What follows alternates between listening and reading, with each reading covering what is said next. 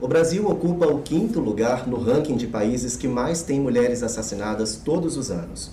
O dado é da Organização das Nações Unidas, a ONU, e revela que esse é um dos principais problemas sociais brasileiros. Pensando neste assunto, o Ministério da Mulher, da Família e dos Direitos Humanos desenvolveu o projeto Maria da Penha nas Escolas, que tem o objetivo de debater o tema violência doméstica em escolas de educação básica brasileiras. Sobre esse assunto, a Rede de Notícias Regional aqui em Brasília recebe hoje a ministra Damares Alves, que aceitou o convite de conversar com a gente sobre violência doméstica e feminicídio. Igor, é uma alegria estar te recebendo, já faz tempo que eu queria estar com vocês, né? E esse tema é muito oportuno e urge a necessidade de a gente falar cada vez mais sobre ele, tá? Mas eu tenho uma notícia para te dar. Maria da Penha não vai só à escola. Maria da Penha, nós estamos lançando o programa, Maria da Penha vai à escola, Maria da Penha vai à roça. A gente quer falar como mulher na área rural, como homem na área rural.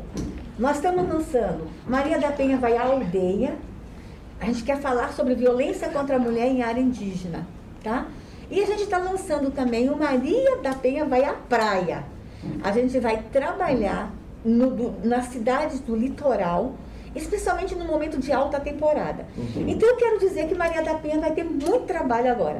Ela vai à escola, à praia, ela vai ao campo, ela vai à floresta. A gente já lançou o programa Maria da Penha vai à floresta para falarmos sobre violência contra a mulher na área da floresta amazônica, na área ribeirinha do país.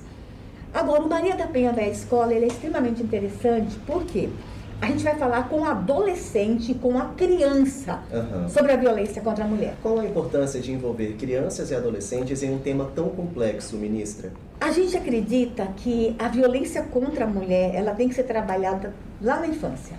Nós temos que ensinar um menino sobre dignidade da menina, dignidade da mulher. Nós temos que falar com meninos que às vezes já estão vivenciando dentro de casa um ciclo de violência. Já estão vendo a agressão dentro de casa. Então nós queremos conversar com esses meninos fazendo a prevenção da violência doméstica. Mas tem uma coisa que eu preciso explicar e aproveitar a oportunidade para mandar um recado para os pais que estão nos assistindo. Nós estamos observando que a idade do agressor está cada vez mais diminuindo. Nós já estamos encontrando meninas namorando e apanhando de namorado. Nós já estamos encontrando adolescentes de namoros abusivos em relações tóxicas. Por que a senhora acha que as crianças estão cada vez mais precoces? Hoje a gente vê que tem muita gente de 10, 11, 12 anos que namoram.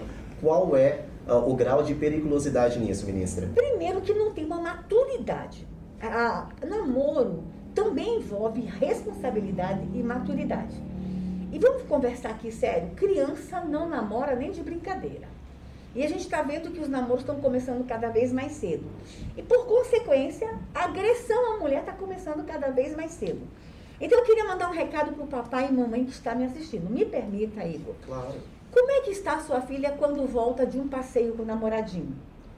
Ela entra em casa, ela está bem, ela está triste, ela está chorando? Depois que ela vem de um cinema, depois que ela vem de um passeio com um namorado, como é que está o comportamento da sua filha agora no namoro? Ela está feliz? Você não percebe mudança de comportamento? Então a gente queria chamar a família para também ampliar o olhar para as meninas que já estão vivenciando no namoro um ciclo de violência. O projeto Maria da Penha vai à escola, ele também chama o pai para dentro da escola para debater esse tema, ministra? É interessante que o nosso projeto Maria da Penha vai à escola aqui no Distrito Federal, a gente está trabalhando muito com a figura do homem indo à escola falar com os meninos. E isso tem um efeito muito grande. Porque todo mundo acha que a questão da violência contra a mulher, só a mulher pode fazer o trabalho. Não. Homens estão indo, inclusive para dizer o seguinte, macho que é macho não bate. Homem que é homem respeita. Então, essa nova abordagem com os meninos tem sido muito interessante e a gente acredita, nós temos que construir uma sociedade mais fraterna. Eu vou falar só da violência contra a mulher? Não, a gente fala da violência como um todo. A gente quer enfrentar e falar com os meninos de uma violência como um todo. Mas trazer a mulher para o centro do respeito, da dignidade. Então, a gente está trabalhando muito e vou dizer para você, é um projeto que nós vamos investir. Essa geração que está aí agredindo, nós temos que trabalhar muito com a repressão. Mas eu quero trabalhar a próxima geração. a conscientização e a prevenção na próxima geração. Deixa eu ver se eu entendi. A senhora quer punir os agressores de hoje? Hoje, veja, hoje está difícil você chegar para um agressor e tentar fazer com que ele deixe a agressão. Muitos homens abandonam a agressão depois que passam por uma pena, tá? Mas eu não quero que na próxima geração tenha mais agressores. Então, por que não trabalhar a próxima geração? Então, esse trabalho de conscientização, de prevenção, a gente começar cada vez mais cedo. Por exemplo, tem gente que não gosta que eu falo. Eu quero ensinar menino a levar flor para menina na escola. Eu quero ensinar menino a puxar uma cadeira para uma menina sentar. A senhora acredita que o cavalheirismo cabe bem nesse projeto? Muito, muito. Por que algumas pessoas têm resistência a aceitar isso? Porque é o seguinte, há toda uma luta pela igualdade. Nós, homens e mulheres, são iguais em oportunidades e em direitos, mas nós somos fisicamente diferentes. Há brincadeiras que meninas não aguentam, e se a gente coloca todo mundo no mesmo patamar de igualdade física, inclusive, essas brincadeiras vão ficando cada vez mais violentas. Daqui a pouco ele acha que ele pode tratar uma menina como se trata um menino. Entendi. Nós temos que trabalhar por igualdade de direito, em dignidade, em respeito e em oportunidade. Mas ele precisa entender que a menina é diferente dele.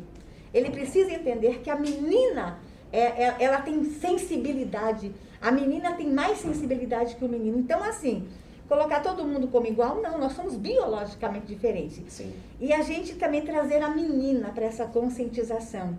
A menina vir para esse processo também de relações mais solidárias no Brasil. Então, é um trabalho lá na escola. Mas a gente não quer só a escola, tá? A gente quer que a família venha com a gente nesse processo. Era isso que eu ia questionar. É interessante o nome do ministério, aqui no bloco A da Esplanada dos Ministérios. É Ministério da Mulher, mas também é Ministério da Família. Quais são as principais ações que o Ministério da Família tem preparado para as famílias brasileiras? A primeira coisa, a gente tem que fortalecer vínculos familiares no Brasil. Nós temos que trabalhar muito no Brasil o respeito intergeracional e a convivência intergeracional. O que é isso? A gente tem visto hoje, no âmbito da família, por exemplo, muita violência contra idoso. E a gente vai ter que enfrentar isso no âmbito da família. Nós estamos vendo hoje, por exemplo, muitas famílias que não fortalecem vínculos com os próprios filhos. A gente quer falar um pouco também sobre a autoridade paterna, a autoridade materna. Nós queremos deixar uma conscientização para o Brasil, por exemplo, que os filhos pertencem aos pais. Os filhos não pertencem ao Estado. O Estado interfere quando a família não pode acompanhar, não pode ajudar, não pode atuar. Mas a gente tem terceirizado muita coisa para o poder público. E a gente vê, às vezes, também o próprio poder público querendo assumir e interferir na relação pai-filho. Então, a gente tem que restaurar nesta nação esse respeito entre a família e a criança e os pais. Nós precisamos dar, por exemplo, liberdade dos pais, inclusive, escolherem a modalidade de ensino para os seus filhos.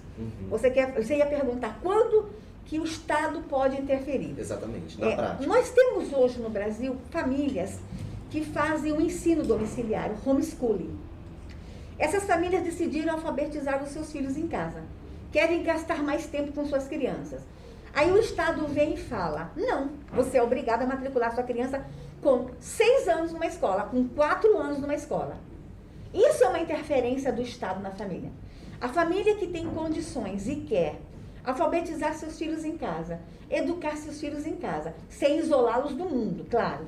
Por que a família não pode decidir sobre isso? Por que a família não pode decidir o que é melhor para o seu filho?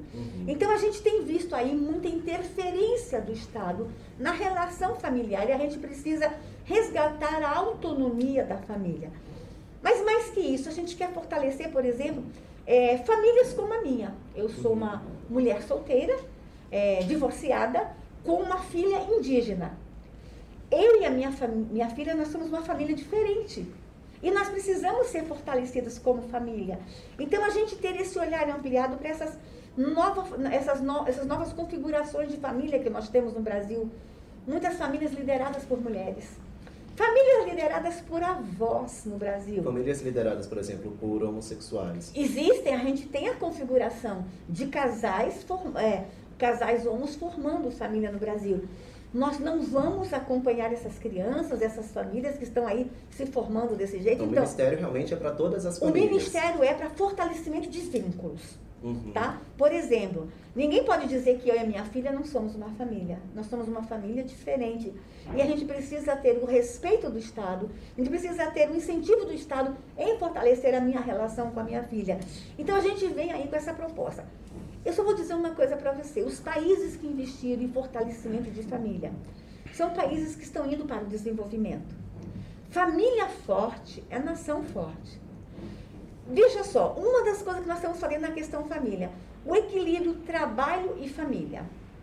O uso excessivo da tecnologia ocupando o espaço de diálogo entre família. Nós temos um projeto no Ministério chamado Reconnect. Uhum. Esse projeto vem trazendo os pais para a supervisão, inclusive, do uso das tecnologias com seus filhos, com suas crianças. Nós temos, inclusive, um enfrentamento aqui no Ministério do vício tecnológico. Adolescentes, a gente já está vendo uma realidade de vício tecnológico no Brasil. A questão do equilíbrio trabalho e família. Nós estamos lançando o prêmio Empresas Amigas da Família. Uhum. Aquela mulher que está amamentando, será que ela não pode sair 2 horas mais cedo que as outras? Aquela mulher que tem um filho com deficiência, que tem um filho com doenças raras, essa mulher ou este pai não pode ter um horário mais flexibilizado junto à empresa? As empresas não poderiam começar a fomentar mais salas de amamentação? Qual seria o incentivo que as empresas receberiam? As empresas ganham um prêmio, o selo Empresas Amigas da Família. E a gente faz isso, essa divulgação dessas boas práticas. Então, nós estamos trabalhando o fortalecimento de vínculos, o equilíbrio trabalho e família. A gente tem conversado com as famílias sobre a autonomia das famílias. O governo federal, por exemplo, o presidente Bolsonaro assinou um decreto sobre educação especial. Uhum. Hoje, as nossas crianças com deficiência, elas são dadas a oportunidade de uma educação inclusiva. E as escolas de educação especial estavam sendo esquecidas. E tem famílias que não querem o filho numa escola inclusiva, mas numa escola especial. E quando o presidente Bolsonaro trouxe esse decreto oferecendo à família a escolha se quer o filho com deficiência, o filho com uma doença rara, o filho com autismo, aquele autismo severo, numa escola inclusiva ou numa escola especial. Então, a gente vem trazendo para a família a oportunidade de exercer a autonomia, a autoridade sobre os seus filhos. Em relação aos direitos humanos, ministra, a gente vê que uma série de pessoas não tem os seus direitos respeitados. A minha categoria, por exemplo, jornalistas diretos são agredidos na rua. Quais são as principais ações para garantir os direitos humanos da sociedade brasileira? Onde nasce esse problema, ministra? Você sabe que tem jornalistas que não sabem que no nosso ministério tem um programa de proteção ao comunicador.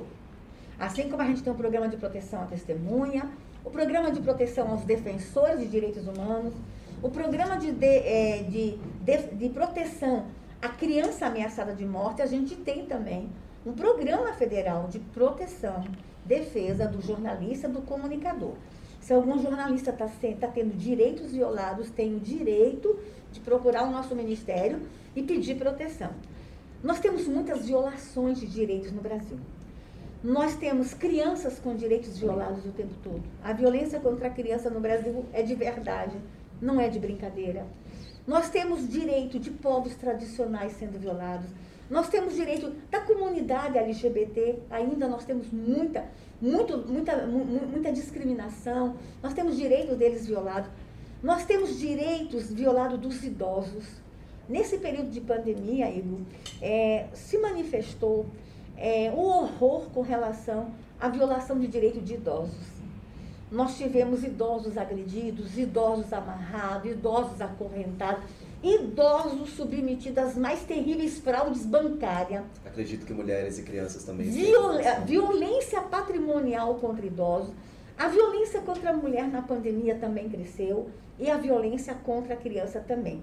Nós tivemos nessa pandemia, Igor, ao mesmo tempo que a gente viu um despertar de solidariedade, de trabalhos voluntários, de parceria, pessoas cuidando de pessoas, as instituições recebendo doações.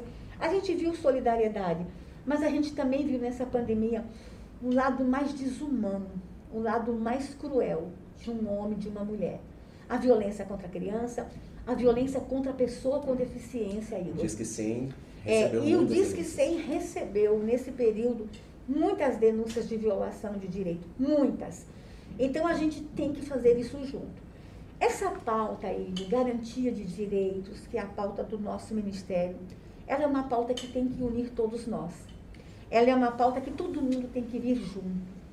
Mesmo que não goste dessa ministra que está liderando a pasta, mas todo mundo, mesmo aqueles que não gostam de mim, tem uma criança lá, tem uma criança em casa, uma criança na família, e a gente precisa garantir o direito e a proteção dessa criança. É o momento de deixar ideologias de lado? A questão da garantia de direitos não tem cor, não tem religião, não tem classe social, não tem ideologia política. A gente tem que se unir. Se a gente quer uma sociedade fraterna, vamos juntos nos unir na garantia dos direitos. E nós temos muitos direitos. Aliás, Igor, tem gente que não sabe quais são os seus direitos. A gente tem mulher que está vivendo um ciclo de violência e não sabe que aquilo é ciclo de violência. Não sabe, acha que aquilo é normal. A gente tem uma situação no Brasil... Isso acontece por conta do machismo?